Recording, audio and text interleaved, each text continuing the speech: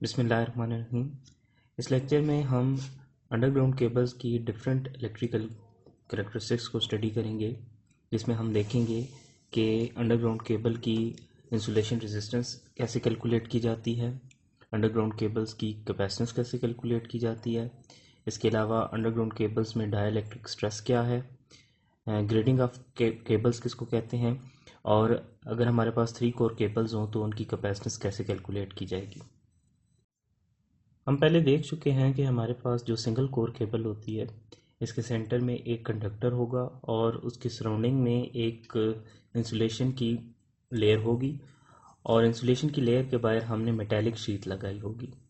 अगर हम cross sectional area के लिहाज से देखें या उसको वायर को कट करके उसके फ्रंट पोर्शन का क्रॉस सेक्शनल एरिया देखें तो उस फॉर्म में हमें कुछ इस तरह से नज़र आएगा कि हमारे पास एक कंडक्टर होगा और इस कंडक्टर के बाएं यहाँ पे इंसुलेशन की एक लेयर होगी, और उस इंसुलेशन लेयर के बाहर हमारे पास एक मेटेलिक शीट होगी। अब इसमें हमारे पास जो ये आउटर सर्कल है, ये मेटेलिक शीट के इंटरनल सर्कमफेरेंस को शो कर रहा है।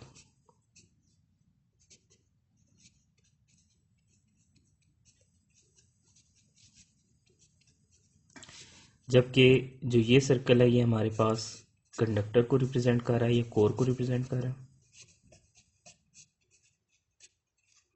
और जो ये ब्लैंक एरिया है, ये हमारे पास है डाइलेक्ट्रिक।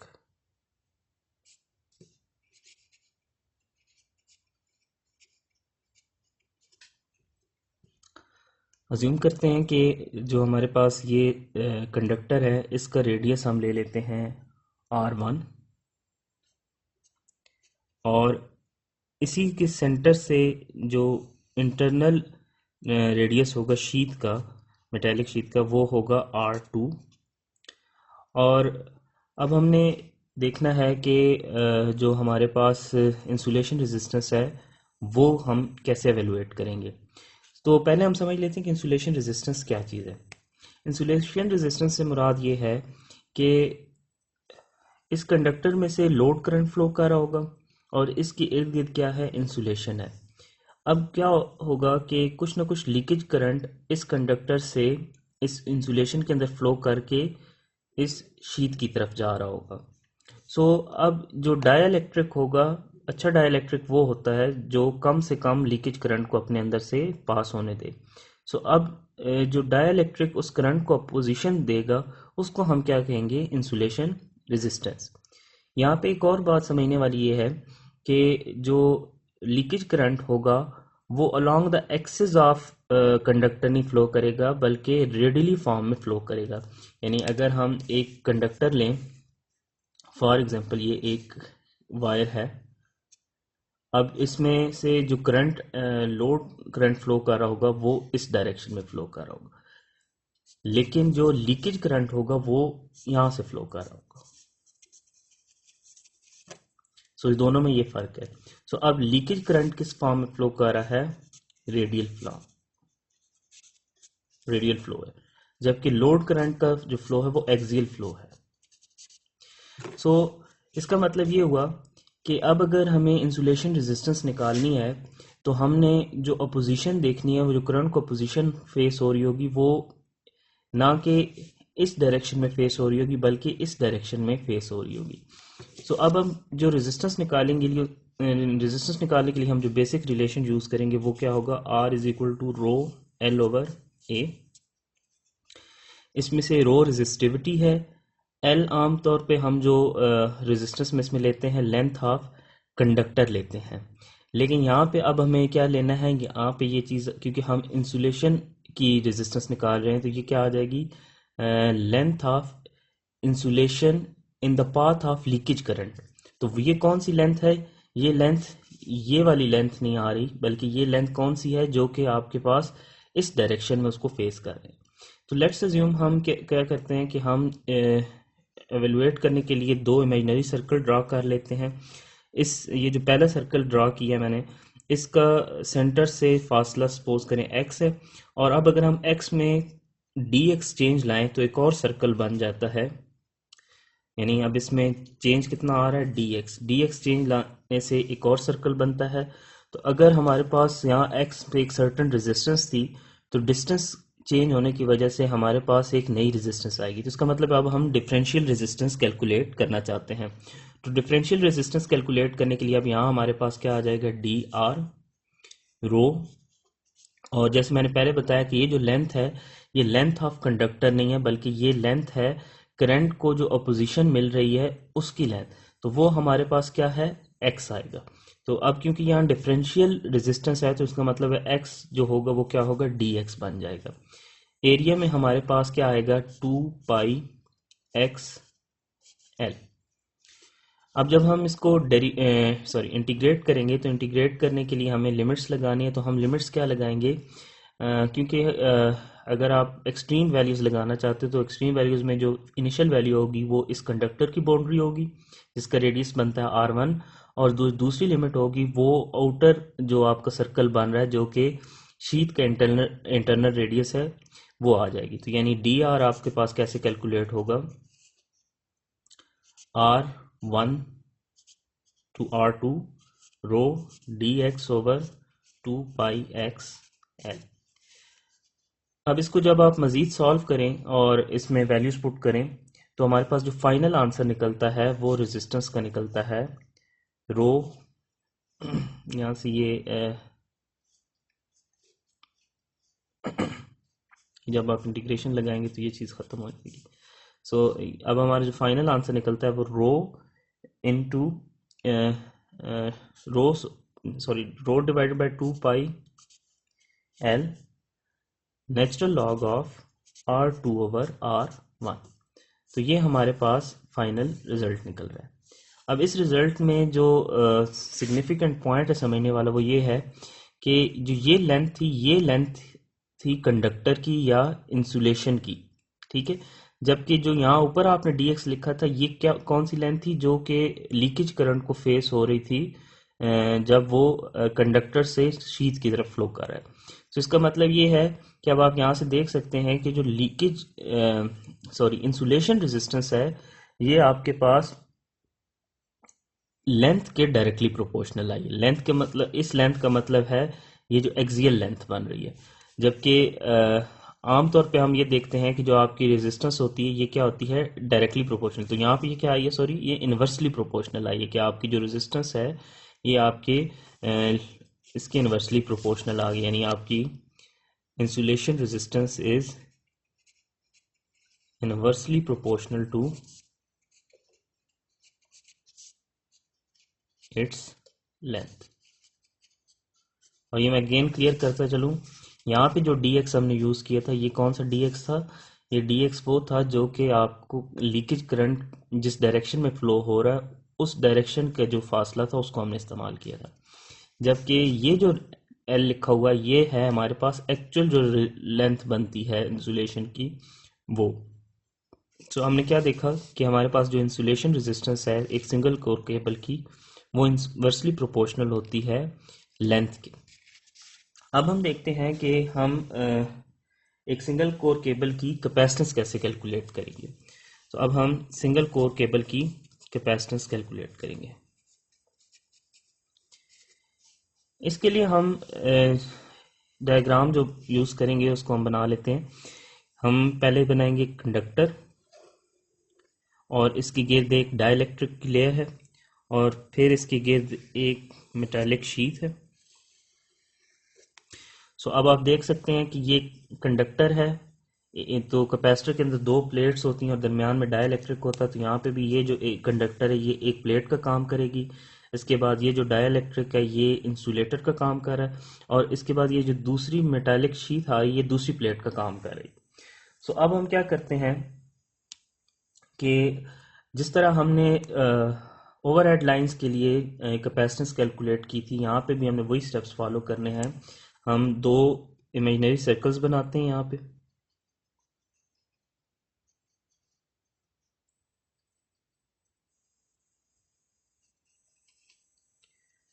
और अब हम क्या करेंगे कि हम अज्यूम करते हैं कि हम एक यहाँ पे पॉइंट P है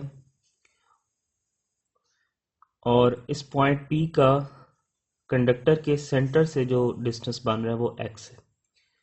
और हम अज्यूम करते हैं कि जो हमारे पास कंडक्टर का अपना डायामीटर है उसको हम स्मॉल d से रिप्रेजेंट कर लेते हैं। तो स्मॉल d हमारे पास क्या है, डायामीटर ऑफ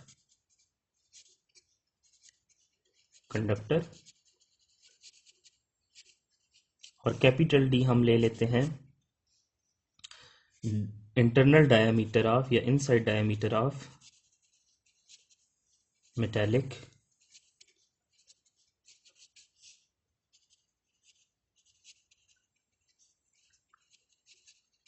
शीट। अच्छा, यहाँ पे आप लोगों ने कंफ्यूज नहीं होना, यहाँ पे हम रेडियस ही एक्चुअल में कैलकुलेट करेंगे, लेकिन रेडियस को इन टर्म्स ऑफ डायामीटर लिखेंगे, क्योंकि आगे चल के हम कुछ सिग्निफिकेंट रिजल्ट्स डिराइव करेंगे जिनका तल्लक होगा कंडक्टर के ओवरऑल साइज से।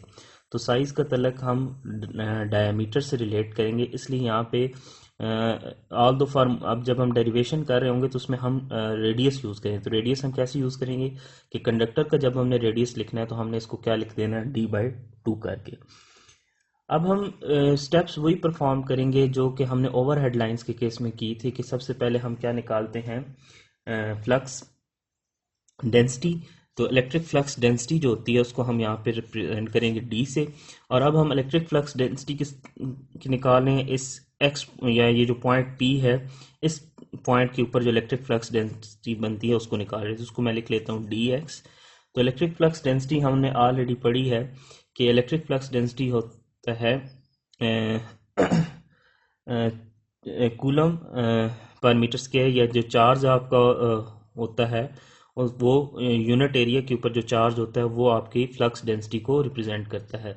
क्योंकि जो फ्लक्स है वो प्रोपोर्शनल है, जो फ्लक्स लाइंस है वो प्रोपोर्शनल हैं चार्ज के, तो यहाँ पे हम चार्ज यूज़ करेंगे। तो इसका मतलब ये हुआ कि हमारे पास जो न्यूमरेटर में टर्म आएगी वो चार्ज आएगा यानी Q, और यहाँ पे जो Q है ये क्या है, coulomb charge per meter axial length of cable, यानी ये जो Q है इसको मैं यहाँ डिफाइन कर लेता हूँ। ये हमारे पास क्या है, coulomb charge per meter axial length of cable. जिस तरह हमने रेजिस्टेंस के केस में देखा था कि जो करंट को अपोजिशन फेस होगी वो एक्सियल फॉर्म में होगी, इसी तरह जो अभी आप क्योंकि आप कैपेसिटेंस कैलकुलेट कर रहे हैं तो जो आपका जो Q होगा वो एक्सियल लेंथ में, यानी आपके पास क्या होगा, यानी आप सपोज करें ये एक प्लेट जा रही है और एक प्लेट ये जा रही है, तो एक्सियल लेंथ का मतलब ये बनता है कि आपका यानी आप कंडक्टर के पैरेलल चल रहे हैं, ना कि रेडियल फॉर्म में जा रहे हैं। सो अब इसका मतलब ये है कि आपका कूलम चार्ज इतना है एक एक्स पॉइंट के ऊपर, और एरिया को हम लिख सकते हैं 2 पाई। अगर हम अब ये इंटरनल सर्कल ले रहे हैं तो इसका जो रेडियस बनेगा x, और लेंथ ऑफ कंडक्टर हम लिख सकते हैं स्मॉल l। लेकिन यहाँ अजम्पशन हम ले लेते हैं कि हमारे पास जो लेंथ है वो 1 मीटर है, जिससे हमारी ये कैलकुलेशन सिंप्लीफाई होकर ये क्या बन जाएगा, q is equal to dx is equal to Q over 2 pi x। तो इस स्टेप के बाद हम अब करते हैं, हमने इलेक्ट्रिक फील्ड इंटेंसिटी निकाली थी, तो इलेक्ट्रिक फील्ड इंटेंसिटी और जो dx का आपस में रिलेशन बनता है वो है d ओवर एप्सिलॉन। अच्छा, अब यहाँ पे जब हम ओवरहेड लाइंस यूज़ करते थे यहाँ पे हम डायरेक्टली एप्सिलॉन नॉट लिखते थे। यहाँ पे अब एप्सिलॉन नॉट हम नहीं लिखेंगे, क्योंकि अब हमारे जो केबल्स हैं इनके दरमियान में मीडियम जो है वो एयर नहीं है या फ्री स्पेस नहीं है, बल्कि यहाँ पे मीडियम कोई डाइलेक्ट्रिक आ गया। तो इसका मतलब है ये जो एप्सिलॉन है ये एक्चुअल में प्रोडक्ट है एप्सिलॉन नॉट का और एप्सिलॉन आर यानी रिलेटिव परमिटिविटी का। सो अब हम जो अभी ये रिलेशन डिराइव किया है इसको हम पुट करेंगे डी की जगह, तो जो हमारा फाइनल रिजल्ट इसके बाद आ जाएगा वो आ जाएगा Q ओवर 2 पाई x। ये चीज़ इसकी आ गई, लेंथ को हमने 1 मीटर लिया हुआ है, और एप्सिलॉन आप लिख सकते हैं यहाँ पे आप एप्सिलॉन नॉट एप्सिलॉन आर आ जाएगा। एप्सिलॉन नॉट की वैल्यू हमें ऑलरेडी हम देख चुके हैं, और एप्सिलॉन आर की वैल्यू डिपेंड करेगी कि ये जो आप डाइलेक्ट्रिक यूज़ कर रहे हैं इसकी रिलेटिव परमिटिविटी कितनी है।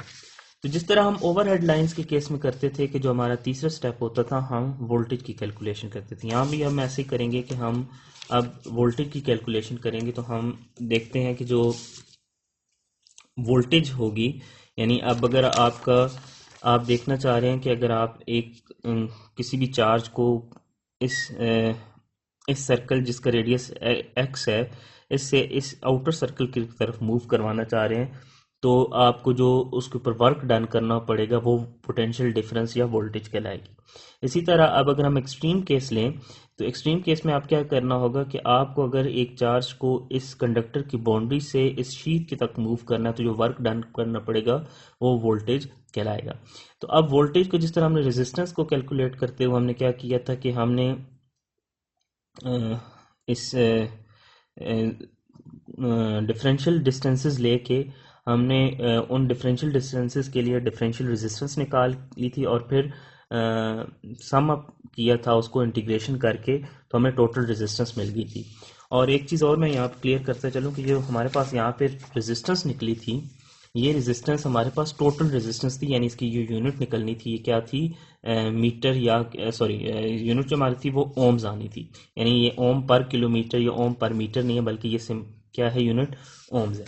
अब यहाँ पे हम क्या करेंगे कि जब हमने वोल्टेज की कैलकुलेशन करनी है, तो अब हम इंटीग्रेशन करेंगे वोल्टेज और जो इलेक्ट्रिक फील्ड इंटेंसिटी का जो रिलेशन होता है, यानी तीसरे स्टेप में हमने क्या करना है, वोल्टेज और इलेक्ट्रिक फील्ड इंटेंसिटी का जो रिलेशन है, जो पोटेंशियल ग्रेडियंट के फॉर्म में हम पढ़ते हैं, यानी E is equal to B over D, हम ऑलरेडी पढ़ते हैं। अब यहाँ पे हम इसको कैसे चेंज करेंगे कि यहाँ पे E की जगह आ जाएगा ई एक्स ये चीज़, और V हमने अभी कैलकुलेट करना है, और जो D है, अब ये D आपने देखना है कि आपका डिस्टेंस कौन सा है।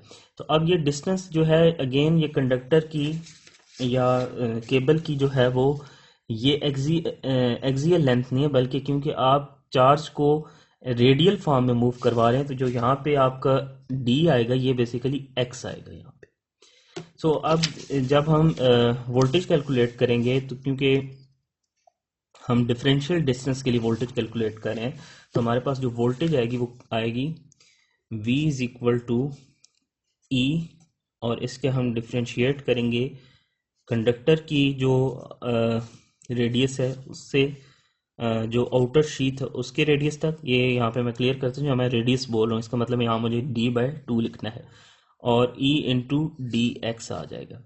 E की वैल्यू हम ऑलरेडी देख चुके हैं क्या है। जब हम इसको सॉल्व करेंगे तो जो हमारे पास रिजल्ट आएगा आखिर में, वो हमारे पास आ जाएगा V is equal to Q over 2 pi epsilon naught epsilon are natural log D/d। सो ये हमारे पास आ गई है वोल्टेज।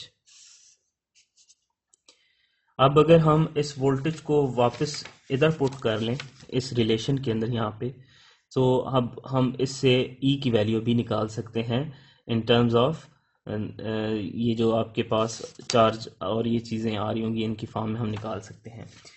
अब जो लास्ट स्टेप आपने करना है, क्योंकि हम कैपेसिटेंस कैलकुलेट करना चाह रहे हैं, तो कैपेसिटेंस कैलकुलेट करने के लिए हम रिलेशन यूज़ करेंगे Q is equal to C V के। तो अब आपने V निकाला हुआ है, और यहाँ से आप निकालेंगे C is equal to Q over V, और जब आप इसमें वैल्यूज पुट करेंगे तो जो फाइनल रिजल्ट आपका बनेगा वो कुछ इस तरह होगा, 2 pi epsilon naught epsilon r over natural log D/d। और ये जो आपका रिजल्ट निकला है ये आपका होगा फैरेड पर मीटर में। इसके बाद अगर आपने कैलकुलेशन करनी है फैरेड पर किलो मीटर में या माइक्रो फैरेड में करनी है, तो उसकी आपको कन्वर्जन करनी पड़ेगी। तो ये जो अभी हमने रिजल्ट निकाला है, ये हमारा रिजल्ट क्या है, फैरेड पर मीटर में आ गया है। सो यहाँ से अब हमने देख लिया कि हमें अगर एक यूनिट लेंथ की अगर कैपेसिटेंस निकालनी है तो उसके लिए हम ये रिलेशन यूज करेंगे। अब अगर हमें टोटल कैपेसिटेंस एक केबल की निकालनी है, यानी एक सर्टेन लेंथ की जो केबल है, तो हमें क्या करना पड़ेगा, इस रिलेशन को हमें लेंथ से मल्टीप्लाई करना पड़ेगा, यानी जो आपका एक और रिलेशन बन जाएगा, जो टोटल कैपेसिटेंस आप इन टर्म्स ऑफ फैरेड निकालोगे तो वो 2 pi epsilon naught epsilon are natural log D by D into length आ जाएगा। सो अभी तक हमने देख लिया कि एक सिंगल कोर केबल की हम कैपेसिटेंस कैसे निकालेंगे और एक सिंगल कोर केबल की इंसुलेशन रेजिस्टेंस कैसे निकालेंगे। तो जो हमने मेन रिजल्ट्स निकाले उसमें हमने क्या देखा कि जो सिंगल कोर केबल है उसकी इंसुलेशन रेजिस्टेंस उसकी लेंथ के डायरेक्टली प्रोपोर्शनल आती है। और एक और पॉइंट हमने बड़ा इंपॉर्टेंट ये भी देखा कि जो आपका लीकेज करंट होता है वो एक्सियली नहीं फ्लो करेगा, वो रेडियली फ्लो कर रहा होगा। और इसी तरह हमने कैपेसिटेंस की कैलकुलेशन की और हमने वही स्टेप्स किए जो हम ऑलरेडी परफॉर्म करते आए हैं इन ओवरहेड लाइंस के केस में।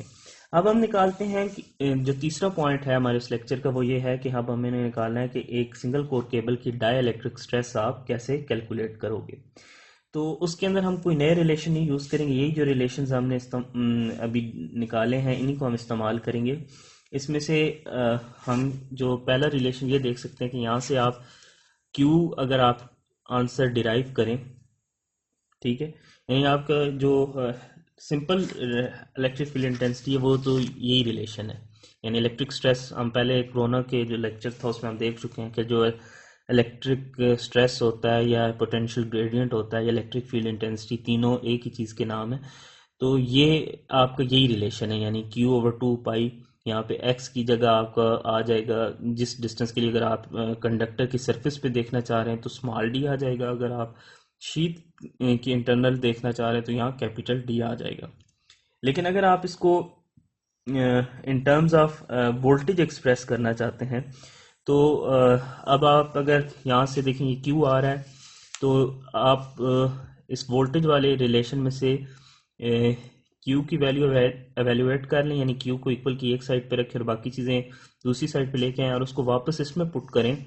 तो जो हमारा इलेक्ट्रोस्टैटिक स्ट्रेस का जो रिलेशन एट द एंड हमें पता चलता है वो कुछ इस फॉर्म में आएगा। वो आ जाएगा E is equal to V/X log, और ये लॉग E है यानी नेचुरल लॉग है D/D, या इसको मैं नेचुरल लॉग की फॉर्म में लिख देता हूँ ताकि कंफ्यूजन ना रहे आपको। Natural log capital D/D। तो ये हमारे पास एक रिलेशन आ गया। सो अज्यूम करते हैं कि इस E को मैं G की equal for time being assume कर रहा हूँ। ये अभी आपको क्लियर हो जाएगा कि इसको G की इक्वल क्यों अज्यूम कर रहे हैं, कि ये एक नई नोटेशन हम उसको दे रहे हैं जब हम कैलकुलेट कर रहे होंगे डिफरेंट पॉइंट्स के ऊपर इलेक्ट्रोस्टैटिक स्ट्रेस। तो अब अगर हमने जो हम ऑलरेडी पढ़ चुके हैं कि एक कंडक्टर का जो मैक्सिमम इलेक्ट्रोस्टैटिक स्ट्रेस होगा वो कंडक्टर की सरफेस के ऊपर होगा, और जो मिनिमम इलेक्ट्रोस्टैटिक स्ट्रेस होगा वो जितना आप कंडक्टर से दूर जाते जाएंगे वो इलेक्ट्रोस्टैटिक स्ट्रेस क्या होता जाएगा, कम होता जाएगा। और उसका एक बेसिक सा रिलेशन ये वाला है, E is equal to V/D।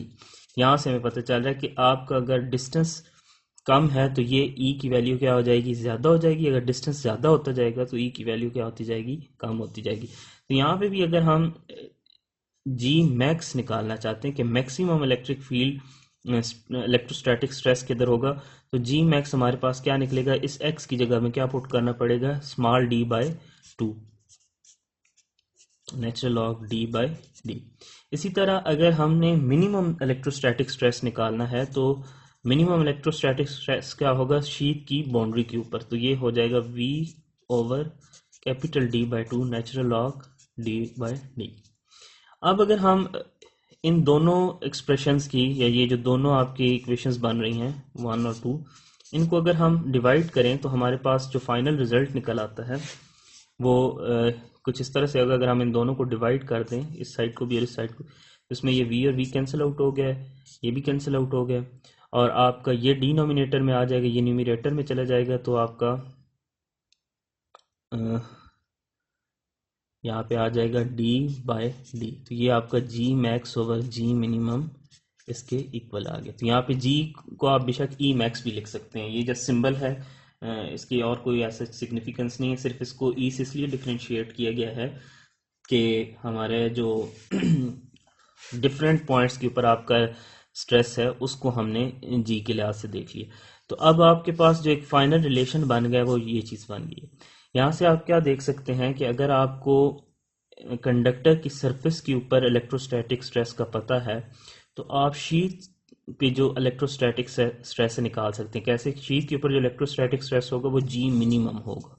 तो G minimum is equal to G max into small D over capital D आ जाएगा। सो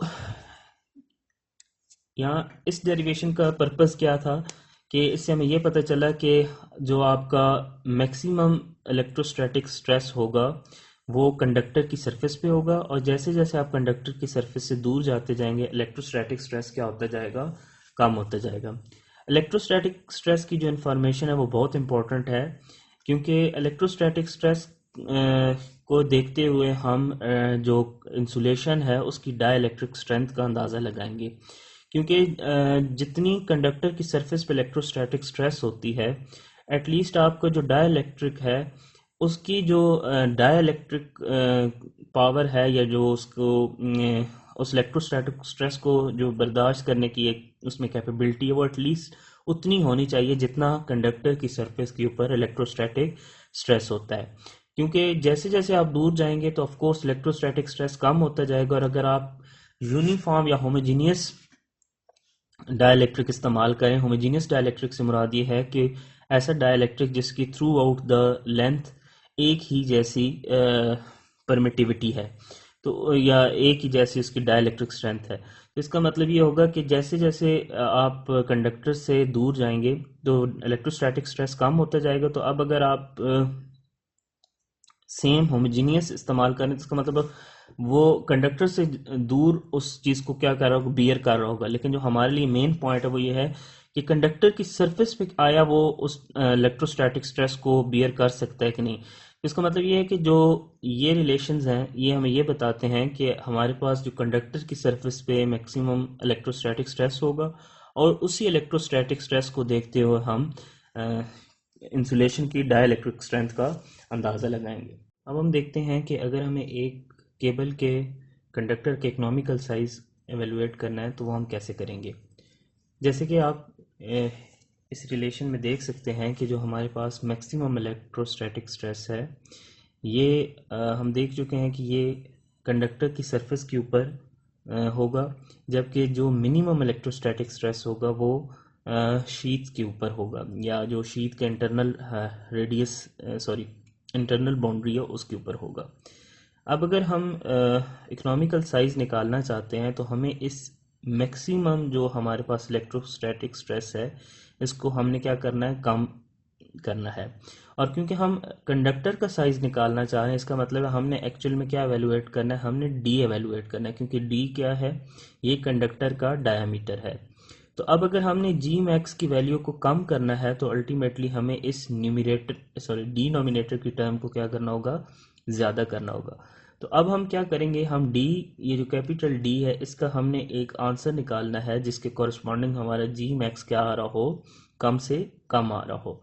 तो इस चीज़ को एवेलुएट करने के लिए, यानी आप जी मैक्स को कम करना चाह रहे हो तो आपको इसको मिनिमम करना होगा। तो हम अब क्या करेंगे? इसका डेरिवेटिव लेंगे with respect to small d, जिससे हमारे पास स्मॉल डी और उस डेरिवेटिव को ज़ीरो के इक्वल रखेंगे, और उसके बाद हमें इस डी की एक ऐसी वैल्यू मिलेगी जिसके कॉरस्पॉन्डिंग हमारा जो जी मैक्स होगा वो कम से कम आएगा। तो उस डी को हम कहेंगे कि वो डी जो है वो एक हमारे कंडक्टर का इकोनॉमिकल साइज है, ये ऑप्टिमम वैल्यू है। सो अब हम क्या करते हैं कि हम इस डिनोमिनेटर टर्म की डेरिवेटिव लेते हैं विद रिस्पेक्ट टू डी।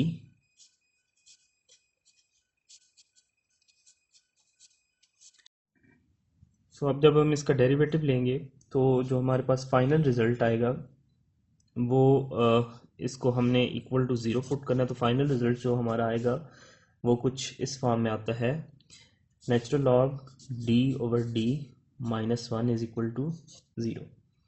सो इसमें हम इसको लिख सकते हैं natural log D by D is equal to one. अब हम जानते हैं कि जो 1 है ये नेचुरल लॉग ई के बराबर होता है, तो natural log D by D is equal to natural log E हो जाएगा। सो यहाँ से हम देख सकते हैं कि हमारे पास D by D is equal to natural log E की जो वैल्यू होती है या सॉरी ई की जो वैल्यू होती है वो होती है 2.718, यानी ये एक्सपोनेंशियल के बराबर है, या इन अदर वर्ड्स ये हमारे पास बराबर आ जाएगा 2.718 के बराबर, यानी नेचुरल लॉग ई का आंसर 1 आता है, लेकिन जो सिंपल ई है इसकी वैल्यू क्या आती है 2.718। तो यहाँ से हम देख सकते हैं कि अगर हमने डी निकालना है तो डी हमारे पास क्या आता है कैपिटल डी ओवर 2.718। सो हमने देखा कि मिनिमम जी मैक्स लाने के लिए जो हमें डी रिक्वायर्ड होगा उसकी वैल्यू कुछ ऐसी आ गई है। अब ये क्वेश्चन ये राइज होता है कि जी मैक्स मिनिमम कैसे होगा। तो जी मैक्स मिनिमम इस तरह से होगा कि अब अगर हम इस वैल्यू को ये जो हमारे पास वैल्यू आ रही है इसको इसमें प्लग इन करें, यानी इसको मैं G max is equal to V over D by 2 और नेचुरल लॉग इसमें यहाँ जो डी है ये आप पुट करें, ऊपर कैपिटल डी ऐसे ही रहेगा, नीचे यहाँ पे डी ओवर 2.718 और ये 718 को आप यहाँ पे ई लिख लें, यानी हम लिख सकते हैं we over D by 2।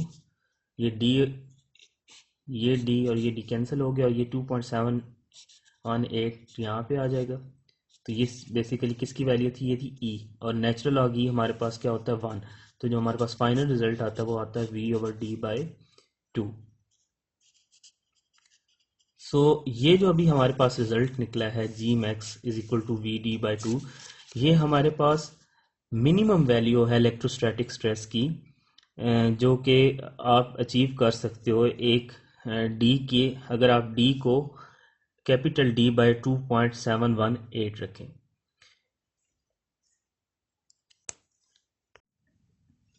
Electrostatic stress की एवेल्युएशन के बाद अब हम देखते हैं कि ग्रेडिंग ऑफ केबल्स क्या होती है।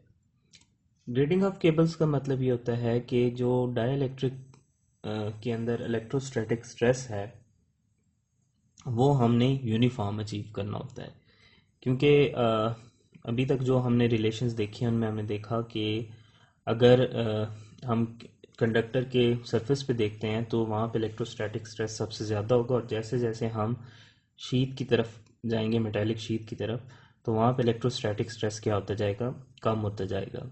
सो इसका मतलब ये हुआ कि जो इलेक्ट्रोस्टैटिक स्ट्रेस है वो यूनिफॉर्म नहीं होता। तो अब हमें केबल्स के अंदर कुछ ऐसी चेंजेस करनी होंगी या केबल के डाइलेक्ट्रिक के अंदर कुछ ऐसी चेंजेस करनी होंगी जिससे हम वो इलेक्ट्रोस्टैटिक स्ट्रेस को यूनिफॉर्म कर सकें। तो इस चीज़ को हम क्या कहते हैं, grading of cables.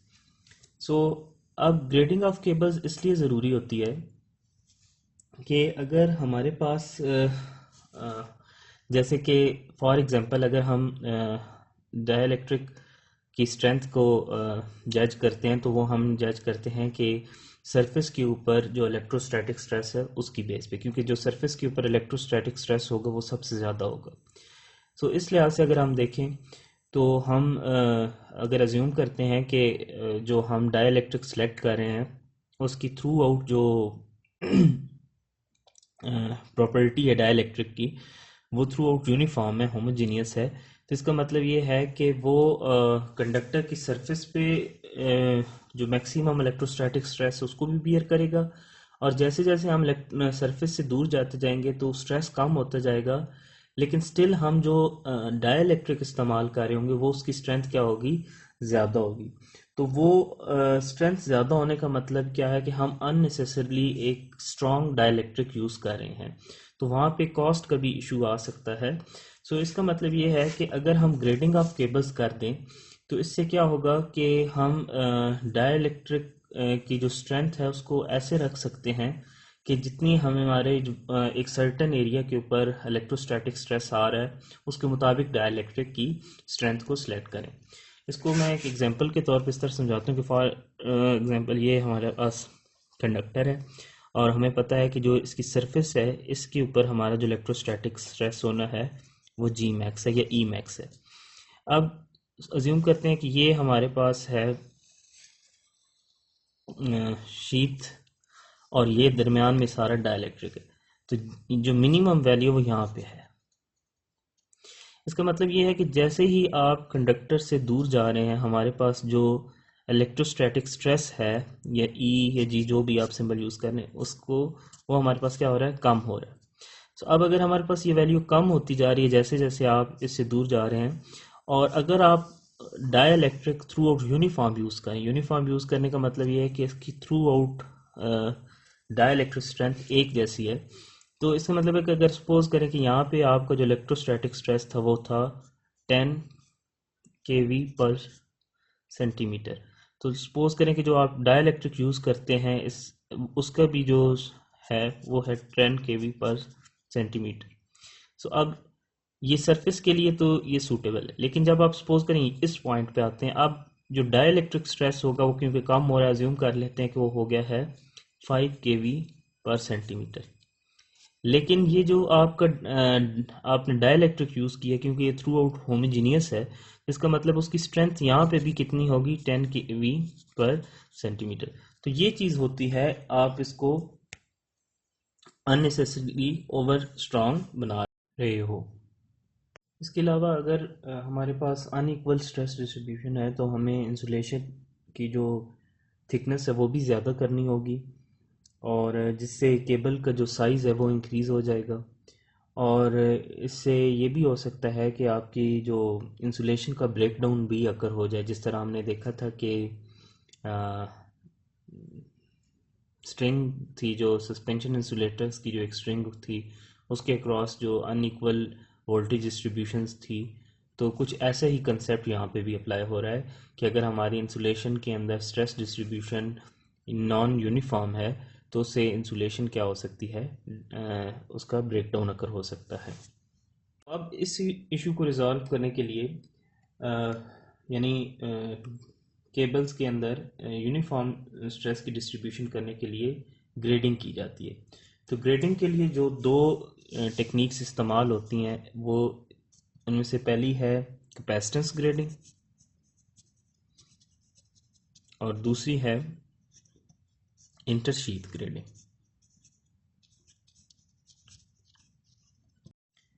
Capacitance grading में हम होमोजीनियस डाइलेक्ट्रिक इस्तेमाल करने के बजाय डिफरेंट डाइलेक्ट्रिक्स इस्तेमाल करते हैं, और इन डाइलेक्ट्रिक्स की सिलेक्शन इस बेस पे करते हैं कि जितना कंडक्टर से डिस्टेंस बढ़ता जाएगा उतना ही उस डाइलेक्ट्रिक की जो परमिटिविटी है वो कम होती जाएगी, यानी परमिटिविटी और जो डिस्टेंस होगा वो दोनों इन्वर्सली प्रोपोर्शनल होंगे, यानी रिलेटिव परमिटिविटी और जो किसी भी डाइलेक्ट्रिक की जो लेयर है उसका जो कंडक्टर के सेंटर से जो फासला है वो दोनों एक दूसरे के इन्वर्सली प्रोपोर्शनल होंगे।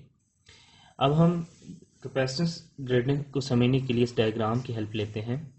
इसमें आप देख सकते हैं कि यहाँ पे जो हमारे पास ये ब्लू कलर में आपको नज़र आ रहा है ये कंडक्टर है, और सेंटर से इसका जो रेडियस बनता है वो है d/2। इसके बाद ये लाइट ब्लूइश कलर में एक और आपके पास सर्कल नज़र आ रहा है जिसका सेंटर से फासला बनता है स्मॉल d1/2, और इसकी जो परमिटिविटी है वो है एप्सिलॉन 1। फिर ये लाइट ग्रीन कलर में जो सर्कल है ये ये भी एक और डाइलेक्ट्रिक को रिप्रेजेंट करता है, यानी डाइलेक्ट्रिक यहाँ पे ये आपके पास ब्लैंक एरिया है ये डाइलेक्ट्रिक, और ये डाइलेक्ट्रिक की बाउंड्री है। इसी तरह यहाँ पे जो पहले में था इसमें डाइलेक्ट्रिक यहाँ पे था। अब ये जो आपके पास इंसुलेशन की ये वाली लेयर है इसकी जो परमिटिविटी है वो एप्सिलॉन 2 है, और इसका सेंटर से जो फासला है वो स्मॉल d2/2 बनता है, ये 2 जो है सबस्क्रिप्ट में ये वाला। इसी तरह ये जो आपके पास लास्ट सर्कल बन रहा है रेड कलर में, ये बेसिकली ने इस जो यहाँ पे हमने ग्रेडिंग की ये हमने सिर्फ 3 डाइलेक्ट्रिक्स इस्तेमाल किए हैं, जिसका मतलब ये जो आपकी आउटर बाउंड्री है ये मेटेलिक शीट है। तो ये जो आपके पास लास्ट डाइलेक्ट्रिक है इसका जो परमिटिविटी है उसको हमने क्या कहा है एप्सिलॉन 3, और सेंटर से जो इसका फासला बनेगा वो आप बनेगा कैपिटल डी बाय टू। यानी ये जो हम अभी वही कन्वेंशन यूज़ करें कि जो कंडक्टर है उसके डायमीटर को हमने स्मॉल डी से रिप्रेजेंट किया है, और जो हमारे पास मेटालिक शीट है उसको, उसके डायमीटर को हमने कैपिटल डी से रिप्रेजेंट किया है।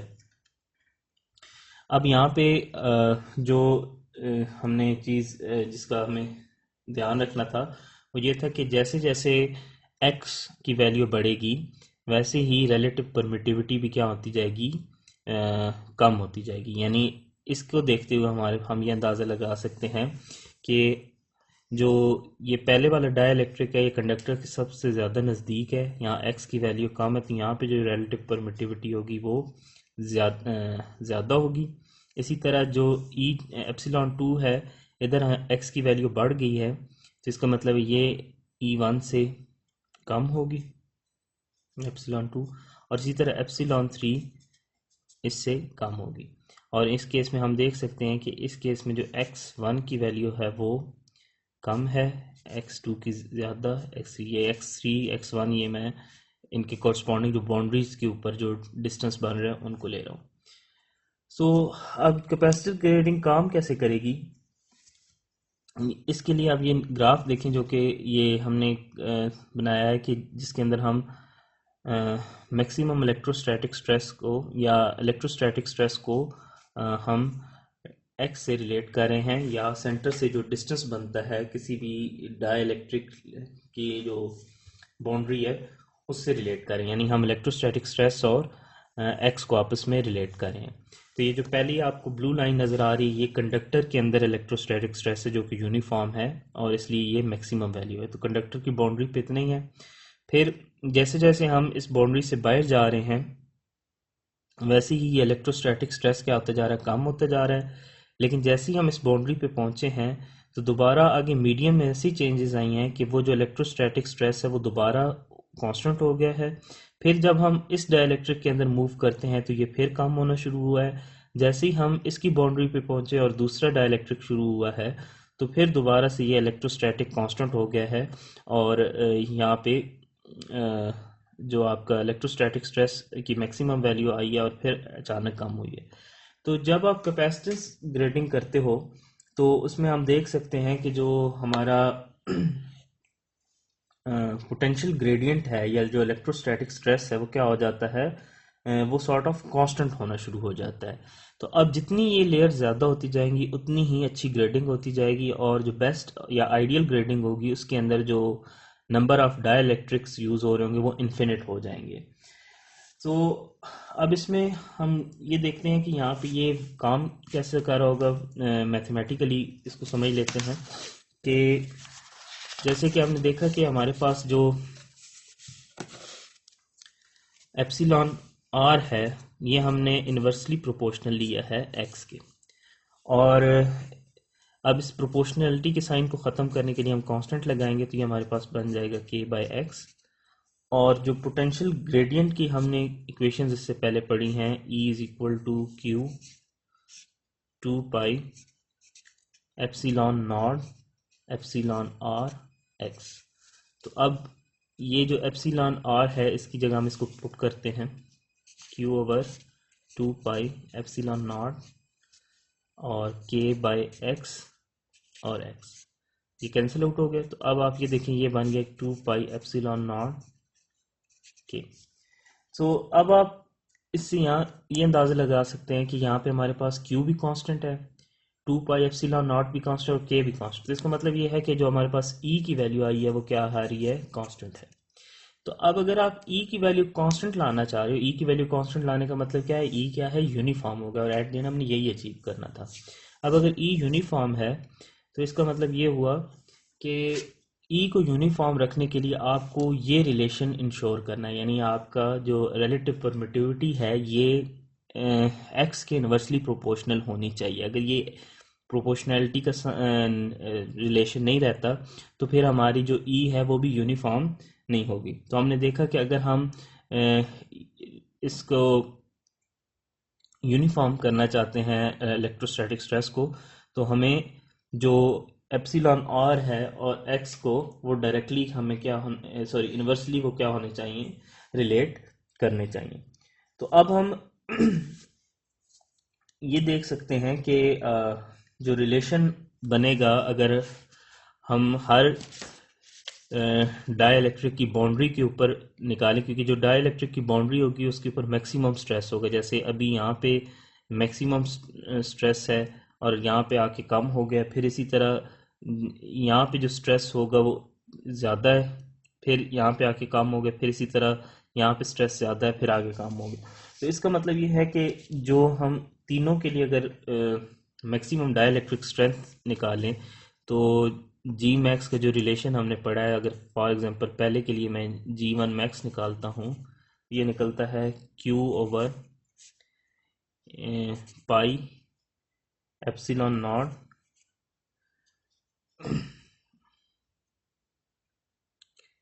और एप्सिलॉन वन डी। यहाँ पे डी बाई टू आता था, तो ये जो बाई टू है ये इधर वाले टू से कैंसिल हो गया, तो हमारे पास फाइनल रिलेशन ये रह गया।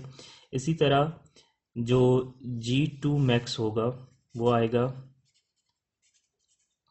Q over epsilon pi epsilon naught epsilon two d. अच्छा, यहाँ पे जो पहला है इसका जो डिस्टेंस बनता है ये डी है, यानी पहले जो इलेक्ट्रोस्टैटिक स्ट्रेस मैक्सिमम आएगी वो यहाँ पे बाउंड्री पे आएगी, तो इसका डिस्टेंस क्या बनेगा, डी बाई टू। तो वो जो टू डिनोमिनेटर में यहाँ पे आ रहा है वो कैंसिल आउट हो जाएगा, जो ये टू है इसके साथ। इसी तरह जो दूसरा डाइलेक्ट्रिक होगा उसके जो मैक्सिमम होगा वो यहाँ पे होगा स्ट्रेस, यानी इस यहाँ पे बाउंड्री पे। तो इधर जो आपका डिस्टेंस बनता है वो क्या बनता है, डी वन बाई टू। तो यहाँ पे आप लिखेंगे डी वन बाई टू। इसी तरह जो जी थ्री मैक्स होगा वो आप लिखेंगे Q over pi epsilon naught epsilon three और डी टू बाई टू। तो यहाँ पे आ जाएगा डी टू और ये भी टू, सॉरी खत्म हो गया। तो अब अगर हम इन तीनों रिलेशंस को रिलेट करें तो इनमें आप देखें कि अगर हम चाहते हैं कि तीनों की बाउंड्रीज पे तीनों के जो पोटेंशियल ग्रेडियंट है, जो मैक्सिमम पोटेंशियल ग्रेडियंट है वो तीनों का सेम आए, तो इसका मतलब हम तीनों को इक्वल रखेंगे, तो उसमें हमारे पास ये चीज़ कुछ इस तरह से बन जाएगी। यानी इसी चीज़ को हम इस तरह लिखेंगे, पहले जो जी वन मैक्स है इसको हम करना चाहते हैं इक्वल जी टू मैक्स के और जी थ्री मैक्स के, यानी जो सरफेसेस पे मैक्सिमम पोटेंशियल ग्रेडियंट है, क्योंकि हम यूनिफॉर्म कर रहे हैं तो यूनिफॉर्म करने का मतलब ये है कि जो मैक्सिमम है वो तीनों सेम होंगे। तो यहाँ पे अब अगर इनकी हम वैल्यूज पुट करें तो यहाँ पे हमारे पास आ जाएगा Q over pi epsilon naught epsilon one D is equal to Q over pi epsilon naught epsilon two D one और Q over pi epsilon naught epsilon three और डी टू। सो अब हमारे पास जो यहाँ से अगर हम देखें तो तीनों रिलेशंस के अंदर कुछ चीज़ें जो कॉमन आ रही हैं वो हम कैंसिल आउट कर देंगे। तो फाइनल जो रिलेशन बनता है ये one over epsilon one D is equal to one over epsilon naught two D one is equal to one over epsilon three D two आ गया। सो अब अगर हम इन वैल्यूज को यूज करके पोटेंशियल ग्रेडियंट कोई से भी दो पॉइंट्स का, या सॉरी पोटेंशियल डिफरेंस कोई से भी दो पॉइंट्स का निकालें, तो हमने सिंपल क्या करना है, जो जी हम यूज करेंगे कोई भी एक जी यूज करके, फॉर एग्जांपल अगर हम ये कंडक्टर की सरफेस से E2 तक का पोटेंशियल डिफरेंस निकालना चाह रहे हैं, एक हमने इस सर्कल के ऊपर कोई पॉइंट अज्यूम किया है, तो कंडक्टर से उस पॉइंट तक का पोटेंशियल डिफरेंस निकालना है, तो हम इसका जी फंक्शन इस्तेमाल करेंगे जिसके अंदर एप्सिलॉन वन और डी बाई टू इस्तेमाल हो रहा होगा, और जो हमारी लिमिट्स आएंगी वो क्या आएंगी, जो इनिशियल लिमिट होगी वो क्या होगी, स्मॉल डी बाई टू, और फाइनल लिमिट क्या होगी, डी वन बाई टू। तो इस तरह करके हमने पोटेंशियल डिफरेंस निकाल लिया, और सिमिलरली सेकेंड और थर्ड लेयर का भी हमने पोटेंशियल डिफरेंस उनके कॉरस्पॉन्डिंग जो जी मैक्स या जी मैक्स की जो रिलेशंस हैं उनको निकाल लिया। तो तो जो कंडक्टर और शीट के दरमियान टोटल पोटेंशियल डिफरेंस आएगा वो जो तीनों पोटेंशियल डिफरेंस आप इंडिविजुअल निकालोगे उनका एडिशन आएगा। सो यहाँ पे मैं एक रिलेशन लिखता हूँ कि हम किस तरह करेंगे। फॉर एग्जांपल अगर हम कंडक्टर से ये जो पहला सर्कल आ रहा है इसके दरमियान पोटेंशियल डिफरेंस निकालना चाहते हैं तो हम जो रिलेशन यूज़ करेंगे वो क्या होगा, v is equal to integration of g into D X. G का मतलब यहाँ पे e या जी एक्स आप इंटरचेंजेबली यूज़ कर सकते हैं। सो अब यहाँ पे जो g की वैल्यू बनती है वो है q over 2 pi epsilon naught epsilon 1, क्योंकि जो हमारे पास यहाँ पे एप्सिलॉन यूज़ होगा वो पहले डाइलेक्ट्रिक का होगा और इधर मल्टीप्लाई हो रहा होगा साथ जो डिस्टेंस आप यूज़ कर रहे हो। सो डिस्टेंस क्योंकि अभी हम इंटीग्रेशन करेंगे लगे हैं तो यहाँ पे x आएगा और जो इंटीग्रेशन की लिमिट्स आएंगी वो कंडक्टर की सरफेस से लेके इधर जो पहले डाइलेक्ट्रिक की सरफेस है वहाँ तक, यानी d/2 से d1/2 तक आ जाएगी और यहाँ पे आखिर में dx आ जाएगा। तो जब आप इसको सॉल्व करेंगे तो हमारे पास जो रिलेशन बनेगा वो आ जाएगा q over 2 pi epsilon naught epsilon 1 और नेचुरल लॉग d1/d। अब इसमें हम क्या कर सकते हैं, जब हम बाकी भी रिलेशंस निकालेंगे तो ये कुछ चीज़ें हमारे पास क्या आ रही होंगी, कांस्टेंट आ रही होंगी। तो यानी फॉर एग्जांपल अगर हम देखें कि जैसे हम जी मैक्स का हमने रिलेशन निकाला था q over pi epsilon naught epsilon 1 d, ये पहले के लिए था। तो अब यहाँ से हम देख सकते हैं कि हम इसको जी मैक्स इंटू डी कर दें, ये q over pi epsilon naught epsilon 1 आ जाएगा। और उसके बाद अगर हम 2 से दोनों साइड पे डिवाइड कर दें तो अब आपके पास यहाँ पे जो ये चीज़ है इसको हम इसके इक्वल रख के यहाँ पे पुट कर देते हैं तो ये आपके पास आ जाएगा G max is equal natural of d1/d। So ये पहले के लिए था, पहले डाइलेक्ट्रिक थी तो इसको हम v1 कर देते हैं और बाकी दोनों डाइलेक्ट्रिक्स के कॉरस्पॉन्डिंग भी हम ऐसे करेंगे। बाकी जब सेकंड डाइलेक्ट्रिक के लिए वोल्टेज की इक्वेशन लिखेंगे तो उसके अंदर हमारे पास v2 हम लिखेंगे, मैं डायरेक्ट रिजल्ट लिख रहा हूँ, v2 हमारे पास आएगा g मैक्स बाय 2, जैसे हमने पहले की केस में लिखा, पहले वोल्टेज की केस में g max bye 2 into D, यानी जो आपकी लोअर लिमिट थी वो आ रही थी। तो लोअर लिमिट यहाँ पे क्या है हमारे पास d1 और फिर हमारे पास नेचुरल लॉग था, यहाँ पे भी नेचुरल लॉग और यहाँ पे upper limit over lower limit, तो यहाँ पे अपर लिमिट हमारे पास d2 ओवर d1। इसी तरह जब हम v3 की इक्वेशन लिखेंगे तो हमारे पास g max bye 2 d2 natural log d3 over d1 आ जाएगा, सॉरी d2 आ जाएगा। सो अब जो हमारे पास टोटल वोल्टेज अपीयर हो रही होगी कंडक्टर और मेटालिक शीट के दरमियान, वो सम अप होगा v1 v2 और v3 का। तो जब आप इन तीनों रिलेशंस को ऐड करेंगे तो g मैक्स बाय 2 हमारे पास कॉमन आ रहा होगा और इक्वेशन इसके जो ब्रैकेट के अंदर आ रहा होगा वो natural log d1/d plus d1 natural log d2/d1 plus d natural log d2 natural log d3/d1 आ रहा होगा। तो ये जो अभी हमने रिलेशन निकाला है ये हमारा हो गया है। अगर हम कैपेसिटेंस ग्रेडिंग करें तो जो कंडक्टर और मेटालिक शीट के दरमियान वोल्टेज अपीयर हो रही होगी वो कुछ ऐसे होगी। अगर हमारे पास अनग्रेडेड केबल है, यानी आपने ग्रेडिंग नहीं की हुई और आपने एक ही डाइलेक्ट्रिक इस्तेमाल किया हुआ जिसकी जो डाइलेक्ट्रिक प्रॉपर्टी है वह थ्रू आउट यूनिफॉर्म है या होमोजीनियस है, तो उस केस में फिर आप जो पहले रिलेशन हम लिखते रहे हैं, लेट्स सपोज उसके जो वोल्टेज उसको मैं वी डैश से रिप्रेजेंट करता हूँ, तो वो हमारे पास कुछ ऐसे आ जाएगी।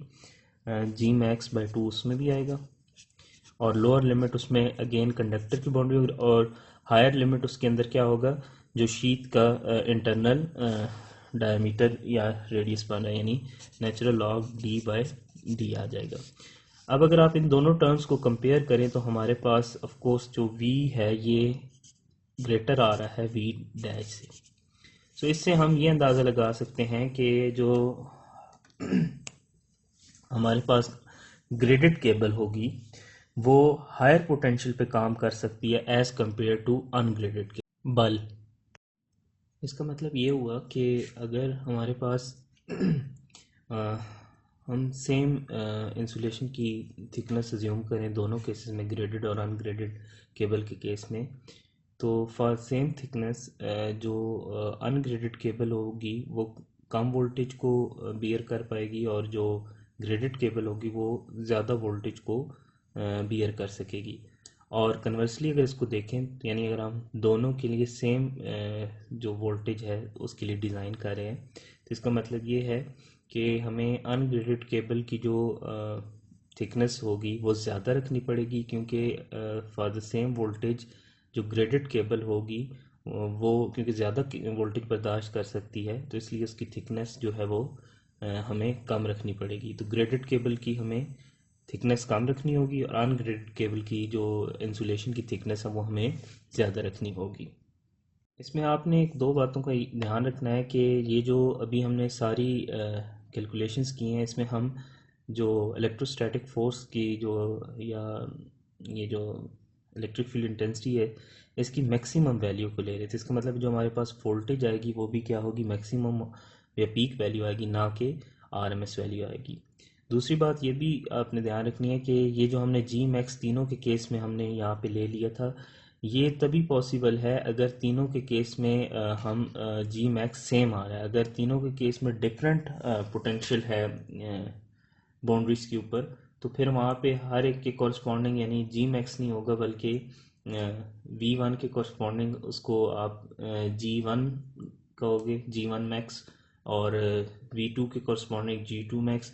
तो फिर यहाँ जो आपने ये कॉमन हम लेके करें, इस ये कॉमन हम नहीं रख सकेंगे, बल्कि हमें हर एक टर्म के साथ यहाँ पे जी मल्टीप्लाई करना होगा, और हर एक का अपना यानी G one max, G two max और जी थ्री मैक्स इस तरह मल्टीप्लाई हो रहा होगा।